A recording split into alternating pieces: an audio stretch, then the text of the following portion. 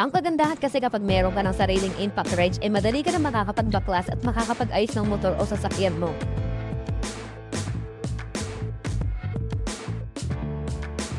Ito nga pala yung impact wrench ng Kilat na alam naman natin na kilala na sa matitibay at magagandang quality ng power tool. Ang maganda pa dito sa impact wrench na to brushless motors na siya. Na ang ibig sabihin lang meron na siyang long-lasting battery life at mas matagal niyo siyang magagamit kumpara sa mga brush motor. At syempre wireless na nga ito at portable na kaya madali niyo na lang siya madadala sa mga emergency situation. Meron na rin ito mga kasamang iba't ibang sizes ng socket wrench pero depende pa rin sa inyo kung meron naman kayong socket wrench dyan. Pwede naman impact wrench lang. Kaya kung nagbabala ka bumili ng impact wrench, syempre doon ka na sa matibay, malakas at mura lang. Ilalagay ko na lang yung link nito dyan sa baba and follow for more. Let's go!